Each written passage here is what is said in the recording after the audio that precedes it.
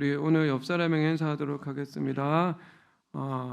하나님은 한 분 하나님이십니다. 오늘 삼위일체적 사고라는 제목으로 하나님 말씀 전하도록 하겠습니다. 삼위일체라는 것은 우리가 이성을 통해서 만물을 보면서 도달할 수 있는 진리가 아닙니다. 이것은 오직 계시, 성경을 통해서만 알 수 있습니다. 그리고 계시를 통해서 우리가 지성적인 하나님께서 주시는 은혜를 입을 때 그 밝아진 믿음의 눈을 통해서도 또 세상을 바라볼 때 우리가 그 희미한 유비를 흔적을 발견할 수 있는 정도이죠.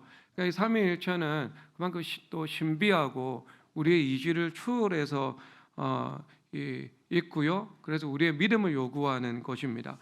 그래서 우리가 흔히 말하기를 로고스, 하나님의 말씀은 이 세상에 있는 객관적인 원리다라고 말을 하고 있고요. 성령 하나님은 이 만물에 있는 주관적인 원리다라는 말을 하고 있습니다. 근데 사실상 이 객관과 주관은 서로 하나입니다. 왜냐하면 요한일서에서 성령은 진리라 말씀을 하고 있죠. 성자 예수님과 성령 하나님, 즉 말씀이신 인격화된 로고스 예수님과 성령 하나님은 한 분 하나님으로 계시는 것이죠. 그래서 성령 하나님께서 우리 안에 내주하신다는 것은 단지 성령 하나님 안에만 있는 것이 아니라 성령 하나님을 통해서 삼위 하나님 안에 우리가 살아가는 것을 의미하고 있죠. 그래서 성령 하나님께서 우리 안에 내주하실 때 그것은 객관과 주관이 바로 하나가 되는 것, 이것을 말씀을 하고 있는 겁니다. 즉 우리가 그런 인격적 관계 안에서 살아갈 때 그 객관과 주관이 하나 되어서 우리가 말씀과 성령을 따라 살아갈 수 있는 삶을 살아갈 수 있게 되는 것이죠. 우리가 삼위일체에 관해서 신학적인 진술을 조금 하도록 하겠습니다. 삼위일체 하나님은 동일 본질을 가지고 지니고 있으십니다. 그래서 성부 하나님, 성자 예수님, 성령 하나님이 계신데 각 위격 안에 하나님의 동일한 본질을 지니고 계신 것, 이것을 말씀을 하고 있습니다. 그래서 분리되는 것도 아니고요. 그리고 삼신, 새 하나님으로 존재하는 것이 아닙니다. 그래서 이것을 또한 단일성이라는 말로 설명을 하고 있는데요. 그래서 성부 하나님, 성자 예수님, 성령 하나님은 나누어지는 분이 아니라 단일한 본질, 즉 한 분 한인 하나님이시다라는 것을 말하고 있습니다. 그래서 각 위격으로 존재하고 계시지만 시간이나 장소 혹은 무엇에 의해서도 분리되는 분이 아니시고요. 그리고 동일한 신적 본성과 미덕 그리고 지혜와 지식을 소유하고 계신 분이십니다. 그래서 모든 삼위에 똑같이 내주하시는 하나님의 동일 본질이다, 이렇게 설명을 할 수 있을 것입니다. 그래서 동일성과 단일성이죠. 동일 본질을 지니신 분이고 그리고 단일성, 한 분 하나님이십니다. 그래서 분리되지 않고요. 단지 그 삼위 하나님의 관계 안에서 성부 하나님, 성자 예수님, 성령 하나님이라는 관계 안에 위격으로 구별된다, 이렇게 여러분들이 받아들이시면 될 것입니다. 그래서 우리가 성자 예수님을 어떻게 말씀을 하고 있는가? 골로새서 1장 17절 읽도록 하겠습니다. 골로새서 1장, 또한 그가 만물보다 먼저 계시고 만물이 그 안에 함께 섰느니라. 아멘. 성자 예수님을 만물보다 먼저 계신다라고 말씀을 하고 있죠. 이것은 만물보다 먼저 계신 분이기 때문에 이것은 만물보다 시간 순서에 의해서 선행하지만 하지만 성부 하나님 이후에 존재한 분이 아니신가라고 생각할 수 있겠죠. 그렇지 않습니다. 그래서 이것을 성부 하나님으로부터 영원부터 출생하신 분, 그것을 그분을 성자 예수님이다라고 말을 합니다. 왜? 하나님이라는 것은요 완전성입니다. 그러니까 완전하지 않았다가 완전한 존재로 계실 수 있다면 그분은 하나님이 되실 수 없죠. 그래서 삼위일체 하나님은요, 영원 전부터 영원 후까지 한결같이 삼위일체 하나님으로 존재하셨습니다. 그래서 시간적인 출생이 아니고요, 성자 예수님은 영원부터 성부 하나님으로부터 나신 분이시다라고 말씀을 하고 있습니다. 그래서 예수님은 성부 하나님으로부터 영원부터 나신 분으로 존재와 본성에 있어서 하나님 아버지와 동등한 하나님이십니다. 그래서 동일 본질이시면서 그리고 단일한 분, 한 분 하나님이시다라는 것을 말씀하고 있는 겁니다. 그래서 요한복음 10장 30절 이렇게 말씀하고 있는데요, 이렇게 나와 아버지는 하나이니라 라고 말씀을 하고 있습니다. 그래서 성부 하나님과 성자 예수님은 하나이다, 한 분 하나님이시죠. 그래서 단일성이시며 동일 본질을 지니신 동일 본질이십니다.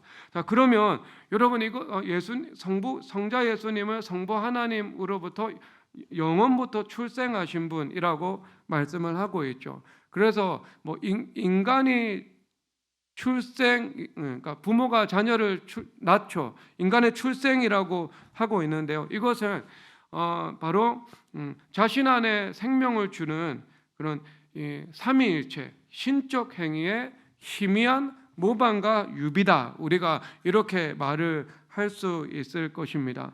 자, 그렇다면 이것을 통해서 우리가 어떤 본질 혹은 이 창조 세계에 어떤 원리가 도출이 되는가 하는 것이죠.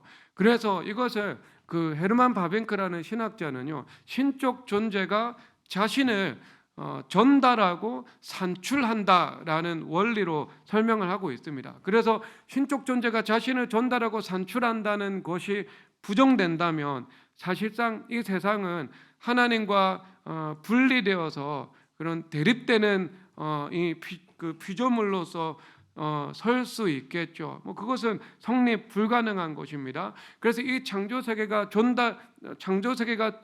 지음을 받아서 존재하고, 그리고 창조 세계가 창조 세계 안에 있는 생명력과 역동 속으로 유지되고 보존된다는 것, 이것은 무엇에 기인을 하고 있는 것인가? 이것은 삼위일체 하나님의 그런 자신의 전달과 산출이라는 것에 기인을 하고 있다. 그래서 창조 사역의 모델과 원형이 된다, 이것을 말씀을 하고 있는 겁니다.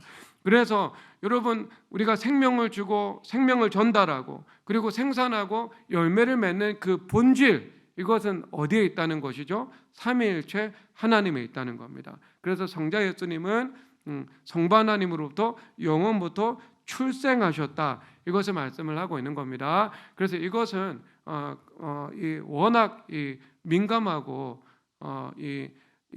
또한 민감하기 때문에 신학적으로 정립되어 있는 것이거든요. 그래서 이 정립된 것을 또 여러분들에게 전하고 있으니까 그냥 이것은 오랜 이 신학의 변증과 이런 이 싸움을 통해서 정통의 교리로 확립이 된 것이거든요. 그래서 있는 그대로 여러분들이 받아들이시면 될 것입니다.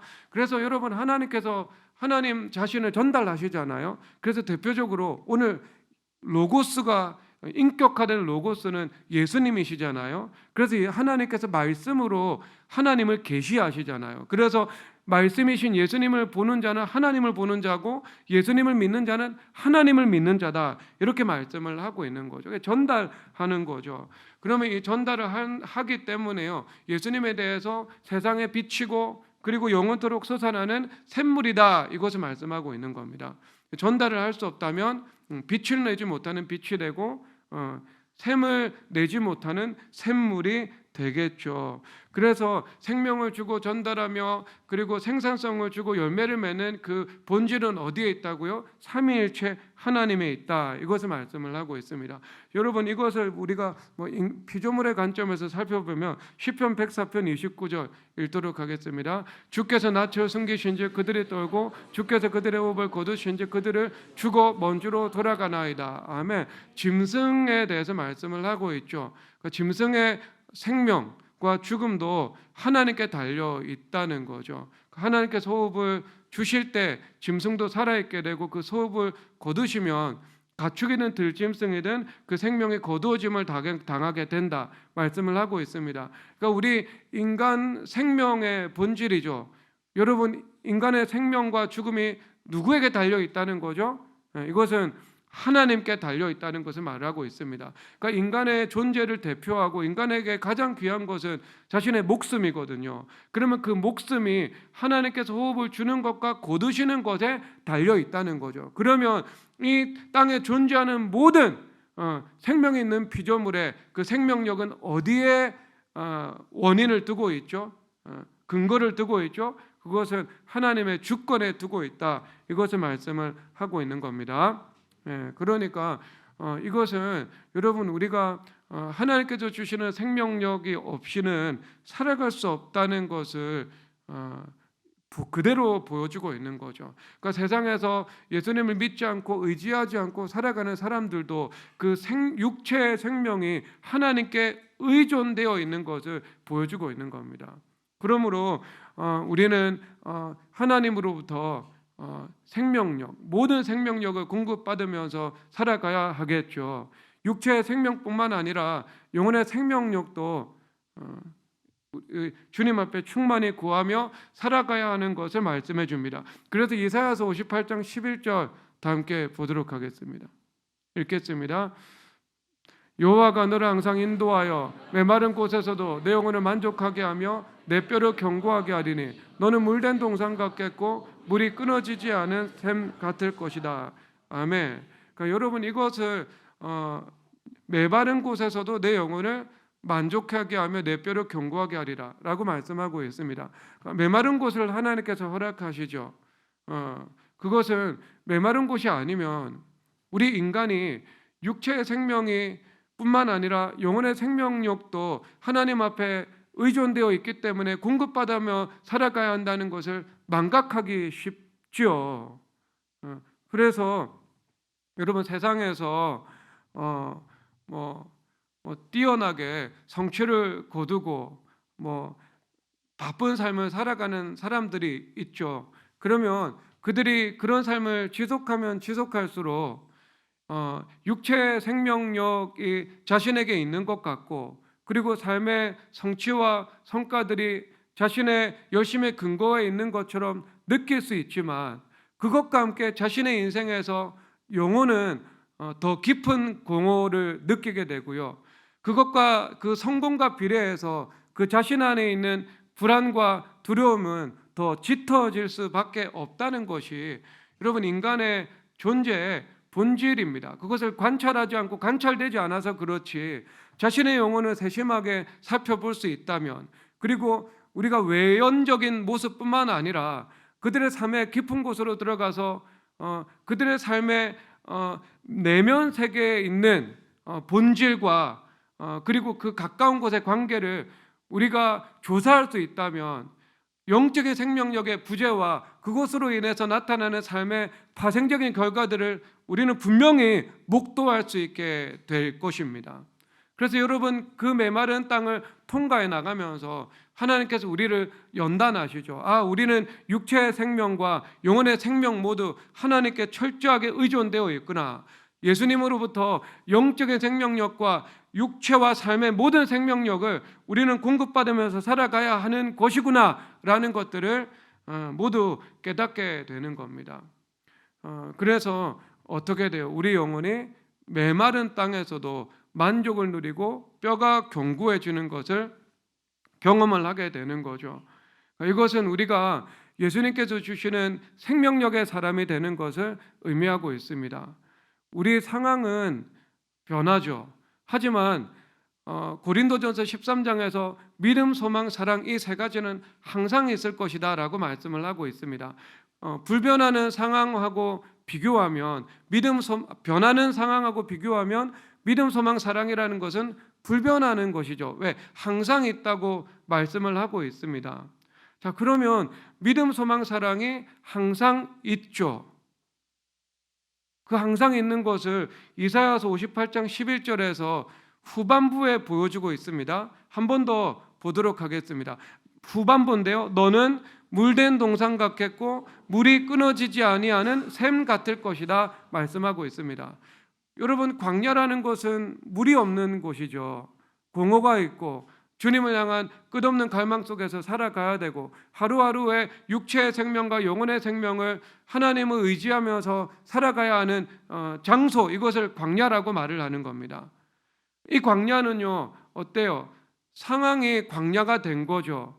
그러면 광야 같은 상황 속에서도 이제 내가 예수님과의 관계의 본질에 주목을 하게 되면서 생명력 있는 삶을 추구하게 되는 겁니다. 그 생명의 추구의 결과 우리 안에 변하는 상황과 상관없는 불변하는 믿음, 소망, 사랑이 우리의 내재적인 자원과 원천이 되는 것을 말씀을 하고 있는 겁니다. 믿음, 소망, 사랑의 나무가 심기어져서 뿌리를 내리고, 그리고 그 열매가 항상성 있게 맺어지는 것을 말씀을 하고 있는 겁니다. 그래서 우리가 어떻게 변화된 거예요? 물된 동산과 같은 존재, 마르지 않는 샘을 가지고 있는 사람이 된 것입니다. 생명력의 사람이 된 거죠. 무엇을 통해서요? 내 안에 내주하시는 성령 하나님을 통해서요. 예수님께서 끊임없이 우리 안에 생명을 주시는 성령 하나님으로 존재하기 때문에 우리도 그 생명력으로 인해서 영원하고 끊어지지 않고 항상 있는 믿음, 소망, 사랑으로 살아갈 수 있는 사람이 된 것입니다. 그래서 물된 동산이 된 겁니다.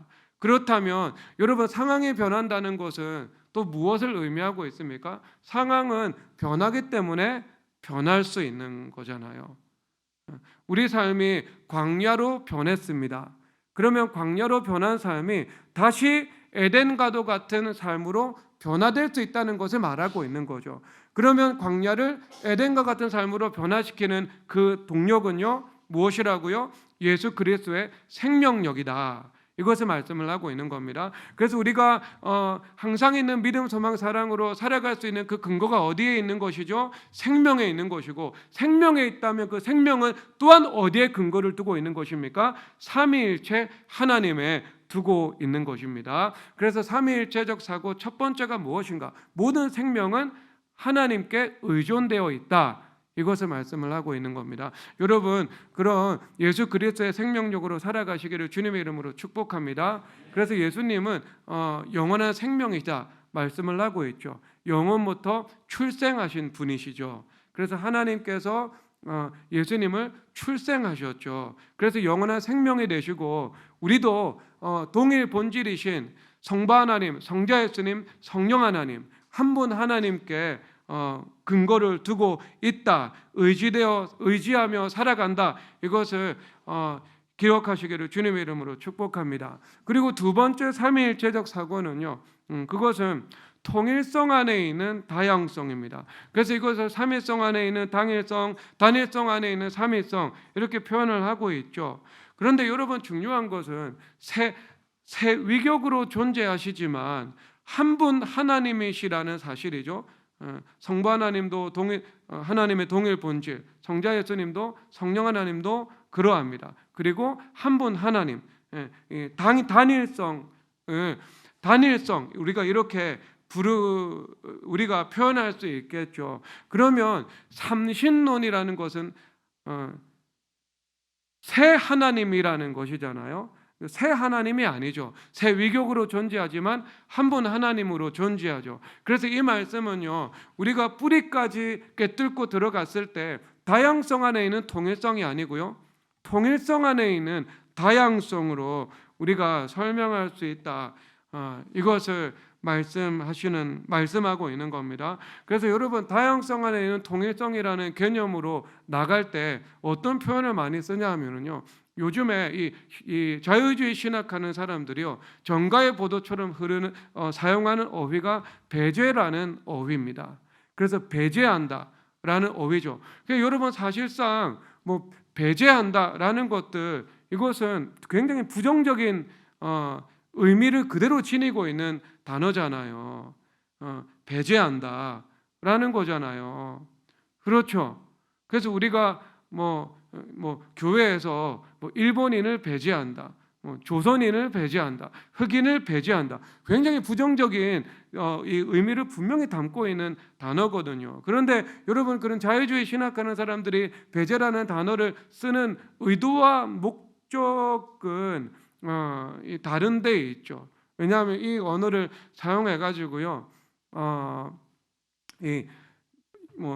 이 동성애 신학 이런 것들을 주장하는데 사용하고 있는 겁니다. 그래서 교회에서 동성애자들을 배제한다라는 방식으로 사용을 하고 있죠. 그래서 그 뿌리는요, 사실상 예수님을 사랑하고 교회를 사랑하고 그리고 그 진리를 높이는 데 있는 것이 아니고요. 그 뿌리는요, 마르크스주의적인 그 분할적인 사고방식이 그 안에 들어가 있는 거죠. 그래서 성경적 사고방식은 유기적 사고지만 하나됨이거든요.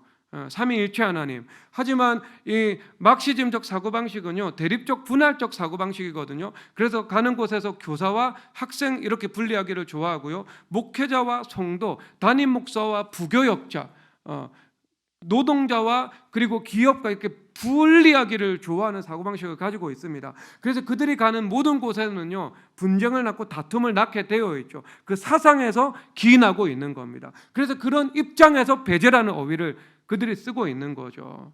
그러면서 교회가 동성애자들을 배제해서는 안 된다. 여러분, 그것은 무엇인가? 여러분, 교회가 동성애자를 배제하지 않습니다. 근데 여러분, 그게 배제가 아니거든요. 치료해서 성화시키자는 거죠. 그렇다면 그 죄라는 것을 죄라고 인정해야 치료가 시작되는 것이지 않겠습니까? 도둑질이 죄가 아닌데, 거짓말이 죄가 아닌데 어떻게 거짓말과 도둑질이 치유가 될 수 있겠습니까?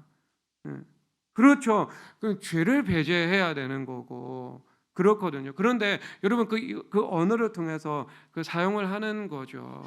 사용을 하는 거. 그래서 다양성 안에 통일성 이런 것들의 개념을 우리가 가지고 나오잖아요. 그러면 삼신론이 되는 거잖아요. 세 하나님이 계신다. 한 분 하나님이 계시고 세 위기로 존재하시는데, 그렇게 되면은요, 이 기록된 말씀 밖을 넘어서게 되는 거죠. 그래서 남성과 여성의 결혼이 아니고요, 남성과 남성의 결혼이 될 수 있는 거죠. 그리고 세상에 있는 그 인본주의를 이 교회가 품어야 되는 거죠. 그래서 교회가 인본주의의 놀이터가 되는 것, 죄악의 향연장이 되는 것, 이것을 여러분 어떻게 하나님의 교회입니까? 진리의 기둥과 터라고 주님께서 말씀하시는데, 진리로 죄를 교화시켜 나가고 진리로 인본주의를 감화시켜서 거룩하게 만들어 나가야 하는 곳이 교회인데요. 그렇죠? 그렇게 되기 위해서는 무엇이어야 하는 거예요? 통일성 안에 있는 다양성이 되어야 한다. 이렇게 우리가 인정해야 됩니다. 아시겠죠? 그러니까 주님께서는 너희들이 같은 말, 같은 뜻, 같은 마음을 가지라라고 말씀을 하고 있는 겁니다. 진리 안에서 너희들이 하나가 되어야 한다. 이것을 기억하시기를 바랍니다. 그러면 어리석은 사람들은요, 이런 말을 할 거예요. 야, 통일성 안에 있는 다양성은 그러면 창조성이 부족한 것이 아닌가 라고 생각할 수 있잖아요. 얼마나 어리석은 말인지 모릅니다. 창세기 1장 2절 보도록 하겠습니다. 읽겠습니다. 땅이 혼돈하고 공허하며 흑암이 깊음 위에 있고 하나님의 영은 수면 위에 운행하시니라. 아멘. 여러분, 하나님의 영이 수면 위에 운행하십니다. 이것은 여러분 모든 주석에서 말씀하고 있는 것은 그 새가 알을 품는 것과 같은 모양이다라고 설명을 하고 있습니다. 그러니까 하나님의 영이 이 온 만물들을 품고 있는 것, 이것을 말씀을 하고 있죠. 그래서 골로새서 1장 17절에서 한 번 더 그것을 말씀하시는데요, 또한 그가 만물보다 먼저 계시고 만물이 그 안에 함께 섰느니라. 아멘. 만물이 그리스도 안에 서 있다라고 말씀을 하고 있습니다. 그래서 역시 말씀이신 인격화된 로고스 안에 만물이 서 있다, 이것을 말씀을 하고 있죠. 그러면 여러분, 말씀과 성령이 우주 만물을 품고 그 우주 만물을 하나하나 다스리고 있습니다. 그러면 여러분, 여기서 어디에 창조성의 부족을 우리가 어떻게 논할 수 있겠습니까? 인간이 접근도 하지 못한 이 온 천하 만물, 이 우주 만물을 품고 있고 그것을 하나하나 이름을 부르시면서 다스리고 계신 분이신데, 어떻게 여러분 통일성 안에 있는 다양성의 창조성이 부족하다라고 말할 수 있겠습니까? 그래서 성경에서요, 고린도전서 1장에서 하나님의 어리석음이 사람보다 지혜롭다 말씀하고 있죠. 그럼 우리가 다시 표현할까요? 하나님 창조성의 어리석음이요, 인간 지혜 창조성의 가장 탁월함보다 더 뛰어나다, 이렇게 표현할 수 있겠죠. 그렇죠. 그래서 여러분, 우리는 말씀과 성령이라는 통일성 안에서요, 창조적인 무한 변주를 해낼 수 있습니다. 캐논 변주곡처럼. 그래서 시편 147편 5절 이렇게 말씀하십니다. 우리 주는 위대하시며 능력이 많으시며 그의 지혜가 무궁하며. 그래서 하나님의 지혜는 무궁하다 이렇게 말씀을 하고 있습니다. 그래서 우리가 하나님의 말씀이라는 것을 우리가 지혜와 지식, 모든 탐구와 창조성의 등대와 좌표로 삼아야 하는 것, 이것을 말씀을 하고 있습니다. 그래서 여러분, 하나님께서 만드신 세계에서 하나님의 일반 은혜 안에서 아직 감추어진 부분이 있고, 또 인간이 접근하고 발견하지 못한 지식과 지혜와 창조의 영역이 우리가 있다고 있다고 많이 있죠, 여러분. 너무나도 많이 있죠. 그것은 어둠 가운데에서 빛을 밝히는 것과 같죠. 그렇기 때문에 사람들은요, 빛을 지혜다, 지성이다 라고 말하기를 좋아합니다. 여러분, 성경도 그에 반해서 말씀하지 않으십니다. 요한복음 1장 4절 읽도록 하겠습니다. 그 안에 생명이 있었으니 이 생명은 사람들의 빛이라. 아멘. 그래서 말씀은 빛이다 이렇게 말씀을 하고 있거든요. 그러니까 모든 지혜와 지식의 근거가 말씀에 있으니까요. 말씀은 빛이다. 그러면 빛이라는 것은 빛과 지성이라는 것은요, 뭐 등가물은 아니죠. 그렇죠. 하지만 빛이라는 것은 지성적인 것들을 포함하고 있다. 이렇게 말을 할 수 있을 것입니다. 그래서 잠언 6장 23절에서 이렇게 말씀하시는데 읽겠습니다. 이 대저 명령은 등불이요 법은 빛이요 공개의 책망은 곧 생명의 길이니라. 아멘. 그래서 법은 빛이다 이렇게 표현을 하고 있는 거예요. 법은 빛이다. 법은 빛이다 이렇게 표현하고 있습니다. 그래서 하나님의 말씀을 따라가고 하나님의 말씀을 빛을 따라가다 보면 우리가 하나님의 은혜로 하나님의 무궁한 지혜 안에서 이 하나님께서 만드신 세계 가운데에서요, 그 창조성의 은혜와 원천을 발견할 수 있다 이것을 말씀하고 있습니다. 그래서 성경에서는요, 너희가 빛 안에서 빛을 보리라 이렇게 말씀하고 있는 거예요. 그래서 성경에서 또 다른 한편으로 여러분, 이 연장선에서 너희들 겉사람은 후패하나 속사람은 날로 새로워지도다 이렇게 말씀을 하고 있거든요. 그런데 여러분, 세상은 좀 원리가 다릅니다. 세상은 겉사람도 후패하고 속사람도 함께 후패해집니다. 사람이요, 육체가 에이징 커브가 오게 되잖아요. 그러면 각 사람 안에 있는 지적이고 정신적인 역량도요, 시간은 더 늦게 찾아오지만 함께 에이징 커브의 길을 걸어가는 거죠. 그러니까 나이가 들면 창조성도 고갈되고 그 다음에 기억력도 감퇴하는 것이 사람들이 어떤 자연적인 현상으로 모두가 경험을 하고 있는 것이지 않겠습니까? 그래서 맨 인 블랙이라는 영화를 보면은요, 그 앤디 워홀로 설정되는 인물이 나와가지고요, 내가 지금 창조적인 영감이 다 고갈되었다고 막 이렇게 말을 하는 장면이 나오거든요. 여러분, 맨 인 블랙 보셨죠? 이 장면 기억나시죠? 저는 기억나거든요. 영화광이기 때문에. 영화 강이면서도 세세한 장면도 기억이 나는 것 같아요. 여러분, 그래서 세상 사람들은요, 창조성이 언젠가는 고갈이 되어요. 그리고 그 정신적인 능력은요, 점점 후퇴되어 나아간다 이렇게 말씀을 하고 있네요. 이거 세상 사람들인 거죠. 여러분, 누구도 피할 수가 없습니다. 그러나 여러분, 우리 예수님의 생명력으로 살아갑니다.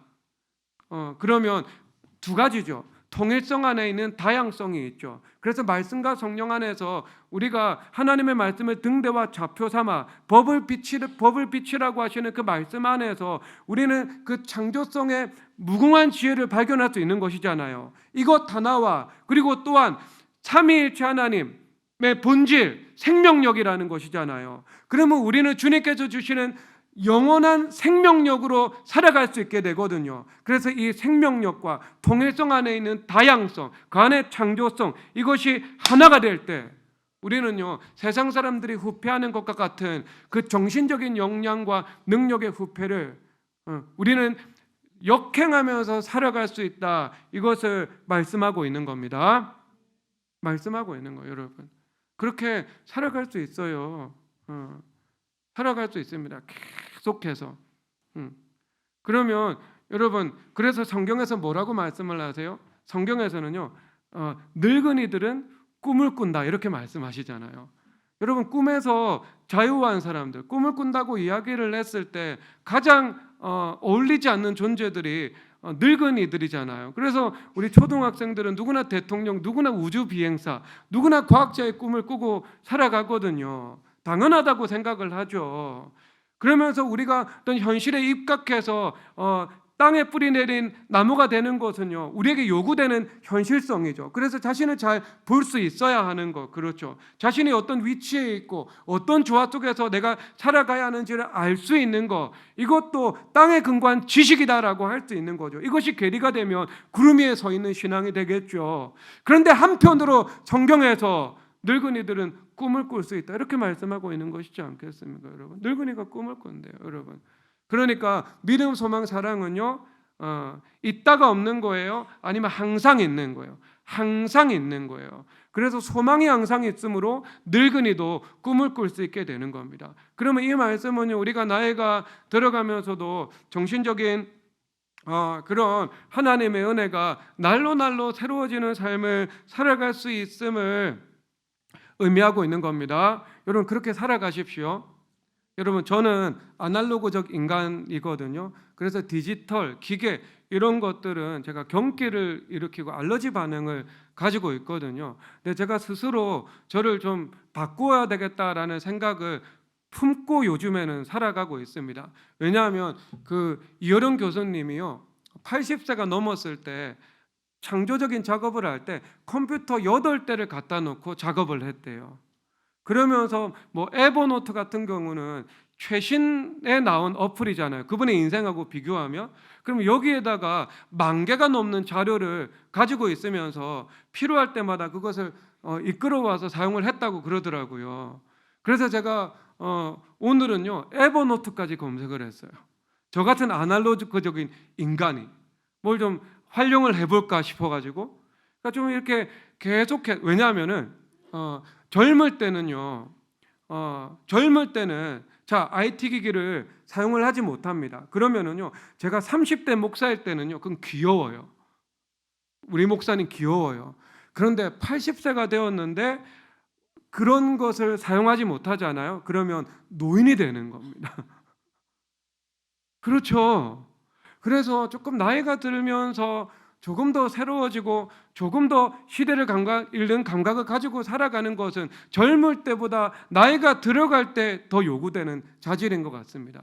물론 여러분, 이것은요, 내가 어떤 나이를 알고 행동하고 또 내가 마음가짐과 몸가짐을 하는 것도요, 필요한 겁니다. 여러분 아시겠습니까? 그래서 그러면 안 되잖아요. 나이가 60이 넘었는데 미니스커트를 입고 다니고, 이건 혁신이 아니거든요. 이건 태화입니다. 이건 태화예요. 때와 상황에 맞게 자신을 분별할 수 없는 거죠. 여러분, 나이가 들어간다는 건 그런 건 아니잖아요. 여러분, 나이가 들면 나이에 걸맞게 내가 좀 품위를 갖출 수 있고, 그리고 더 단정할 수 있고, 그리고 그 내면의 인격이 예수님의 향기로 나타날 수 있고, 그리고 좀 더 인간을 이해하고 또 너그러운 사람이 되어가고, 이런 것들이 요구가 되는 거잖아요. 그것과 함께 우리의 정신적인 것들, 이것이 우리가 후패하지 않고 늘 새로워질 수 있도록, 그래서 그런 혁신하는 것에 우리가 두려워하지 않고 좀 더 익숙해지고 좀 더 그것을 우리가 수용적인 태도로 나아갈 수 있는 것들, 이런 것들은 필요합니다, 여러분. 저는 그렇게 갈 건데, 혹시 여러분들은 세상의 자연적 흐름에 따라서 육체에 따라서 정신도 후패해지고 싶으면 그렇게 살아가지 마시기를 주님의 이름으로 축복합니다. 그래서 마태복음 11장 25절 보도록 하겠습니다. 읽겠습니다. 그때 예수께서 대답하여 이르시되 천주의 주지이신 아버지여, 이것을 지혜롭고 슬기 있는 자에게는 숨기시고 어린아이들에게는 나타내심을 감사하나이다. 아멘. 그래서 여러분, 우리가 주님 앞에 회개를 하잖아요. 그러면 우리 안에 어린아이가 회복이 됩니다. 어린아이가 우리 안에 회복이 되거든요. 어린아이와 같은 순전함도 가질 수 있게 되고, 그 뱀과 같은 지혜와 비둘기같이 순전하라라고 말씀을 하고 있는 것처럼 그런 순전함을 가지고 살아가게 되고, 그리고 또 어린아이들에게 나타낸다 이렇게 말씀을 하고 있잖아요. 그러면 여러분, 그 어린아이의 지혜, 진정한 하나님의 지혜가 나타나기 위해서는 무엇이 필요한가? 그것은요, 우리가 하나님, 성삼위 하나님께 의존되어서 살아가야 되는 거죠. 그래서 모든 인간 생명과 지혜는요, 하나님의 은혜에 의존되어 있습니다. 하나님의 은혜에 철저하게 의존되어 있습니다. 그러므로 하나님의 생명과 하나님의 지혜에 의존되어서 살아가는 그 어린아이들에게 하나님께서 그와 같은 지혜를 나타내신다, 이것을 말씀을 하고 있는 겁니다. 그러면 여러분, 어린아이의 또한 모습이 무엇이 있을까요? 그것은 겸손과 순종인데, 여러분, 성부 하나님은 성자 예수님과 성부 하나님은 어떤 위격적인 또한 질서로 존재하시죠. 분리되지 않고 우월과 열등이라는 개념, 종속이라는 의미로 설명을 할 수가 없습니다. 하지만 그 위격적 관계에서 구별되는 질서가 또한 있죠. 그래서 빌립보서 2장 6절에서 8절 다 함께 읽도록 하겠습니다. 읽겠습니다. 그는 근본 하나님의 본체시나 하나님과 동등됨을 취할 것으로 여기지 아니하시고 오히려 자기를 비워 종형체를 가지사 사람들과 같이 되셨고 사람의 모양으로 나타나사 자기를 낮추시고 죽기까지 복종하셨으니 그 십자가에 죽으심이라. 아멘. 성부 하나님과 동등한 하나님이시죠. 본체이시죠.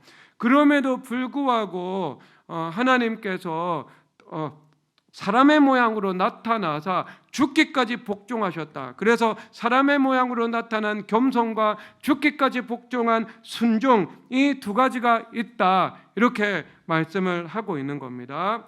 말씀을 하고 있습니다. 그래서 겸손과 이 순종, 이것이 있어야 되는 겁니다. 그래서 여러분, 예수님도 성부 하나님과의 관계에서 순종의 삶을 살아가심으로 순종의 모본이 되어 주셨습니다. 요한복음 14장 10절 다 함께 읽겠습니다. 시작. 내가 아버지 안에 거하고 아버지는 내 안에 계신 것을 내가 믿지 아니하느냐? 내가 너에게 이르는 말은 스스로 하는 것이 아니요 아버지께서 내 안에 계셔서 그 일을 하시는 것이라. 아멘.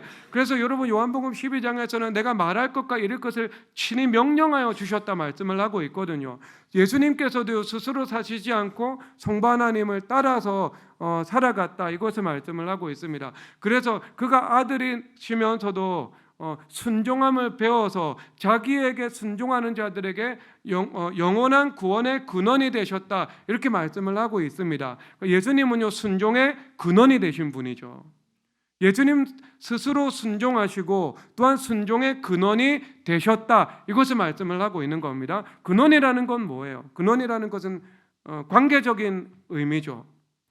관계적인 의미잖아요. 근원이라는 것은 뿌리라는 말이잖아요. 뿌리라는 것은 가지와 열매라는 것에 관계에 성립되는 언어잖아요. 그러면 예수님이 순종의 근원이 되신다는 것은 무엇입니까? 순종하는 자녀들을 계속해서 낳기를 원하신다, 이것을 말씀을 하고 있는 것이지 않겠습니까? 그래서 우리가 말씀과 성령으로 거듭난다는 것은 무엇입니까? 결국 순종의 자녀로 세워지는 것을 의미하고 있는 겁니다.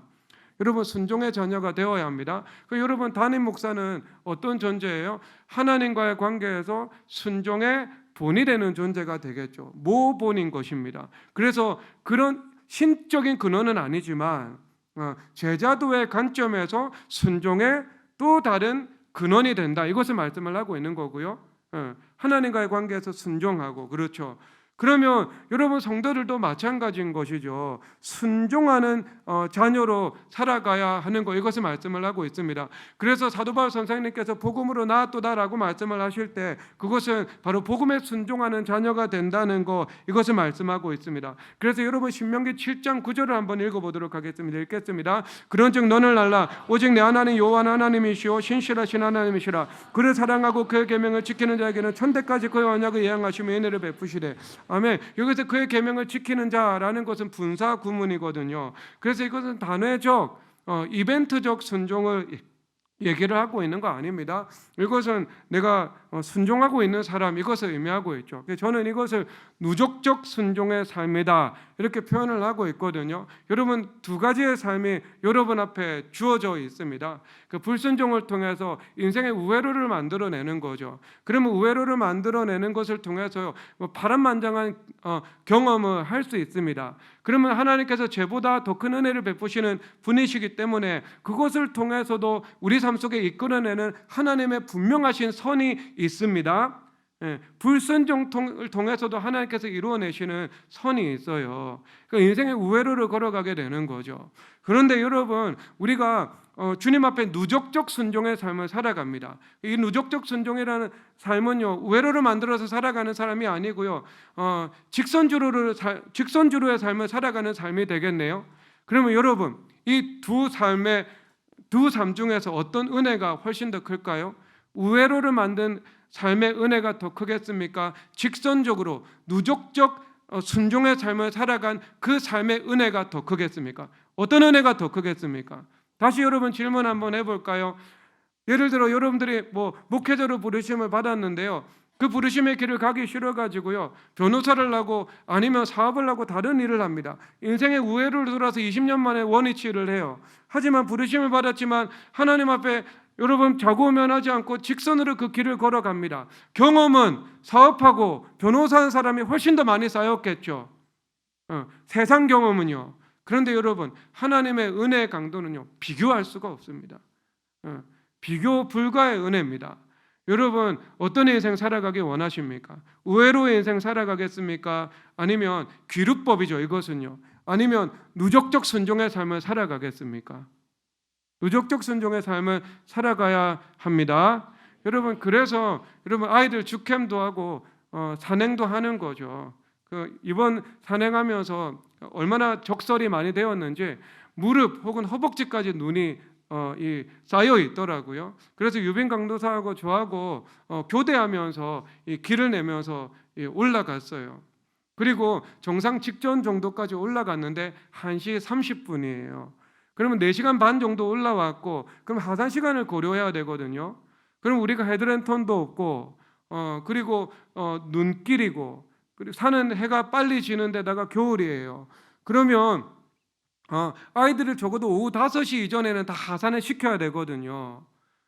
무모한 위험을 감행하는 것은 지혜로운 일이 아니잖아요. 그래서 거기서 굉장히 제가 갈등을 했습니다. 30분 정도 더 가서 정상까지 갈 것인가, 여기서 과감하게 유턴해서 내려갈 것인가. 우리 자녀들한테 물어봤어요. 여러분, 정상까지 올라갈까 아니면 내려갈까? 여러분, 한 70%의 아이들이 정상까지 가요라고 주장을 하더라고요. 그런데 여러분, 제가 정말 아쉬웠는데 정상까지 가는 것을 포기하고요, 아이들 데리고 유턴해서 내려왔습니다. 그리고 내려오는 길에 더 아쉬워졌습니다. 더 일찍 내려가지 않은 게요. 왜냐하면 눈길을 헤쳐가는 게 일반적인 산행보다 3배에서 4배 정도의 에너지는 정량적으로 측량할 수는 없지만 과장적으로 그 정도 에너지가 뜹니다. 그래서 거의 내려갈 때는요, 유빈 강도사하고 저는요, 넋이라도 잃고 없고 해가지고요, 넋이 나간 상태에서 내려왔어요. 그렇게 힘이 든 산행이었거든요. 근데 우리 자녀들이 어때요? 초등학교 1학년 정도에서는 조금 아이들이 버거워합니다. 하지만 한솔이 같은 경우 1학년 때만 해도 울었거든요. 근데 지금 3학년이 됐잖아요. 무장공비처럼 산을 타요. 저 바로 뒤에서 따라오더라고. 처지지 않아. 그리고 이런 아이들은 또 가벼우니까요, 눈 위를 척지법을 써서 이렇게 타닥 걸어가요. 무리를 걷는 것처럼 눈 위를 걸어가. 안 빠져 눈에. 3학년만 되면은요, 아이들이 산을 얼마나 잘 타는지 모릅니다. 내려가자는 말도 하지 않고 더 올라가자고 이야기를 하고 있고, 그 아이들이 얼마나 복됩니까? 이 청소년 시기에, 그리고 초등학교 시기에 순종하는 태도가 DNA에 깊이 각인이 되잖아요. 그럼 이 아이들은 평생토록 20대가 되고 30대가 되고 어느 순간 예수 그리스도를 인격적으로 만나면서 순종이라는 닻을 내리고 인생의 길을 걸어가게 돼요. 이 아이들의 인생에 우회로가 없겠죠. 사춘기에 잠시 방황할 수는 있겠지만 다시 그 놓여있는 그 닻의 범위 밖을 결단코 넘어설 수 없겠죠. 그래서 인생이 순종과 말씀과 은혜라는 범위 안에서 구성이 되고요, 직선주로를 타고 인생의 길을 걸어갈 수 있게 되는 거예요. 참으로 복스럽지 않겠습니까?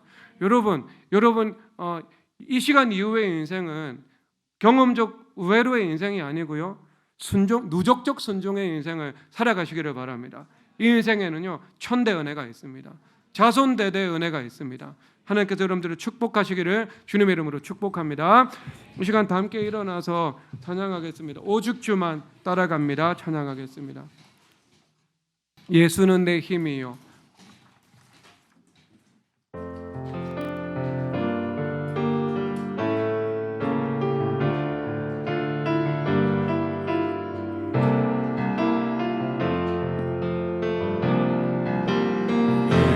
예수는 내 힘이요, 나의 기쁨, 내 참 소망, 그 이름의 생명이 내 삶의 이유라. 내가 살아 주으라. 그 이름을 위하여 내 모든 것 다 드리리. 나를 받으소서. 오직 주만 따라갑니다. 오직 주만 따라갑니다. 오직 주만 높이 받으소서. 내도 되는 그 이름을, 그의 선하심을 세상에 노래하리라. 그 이름에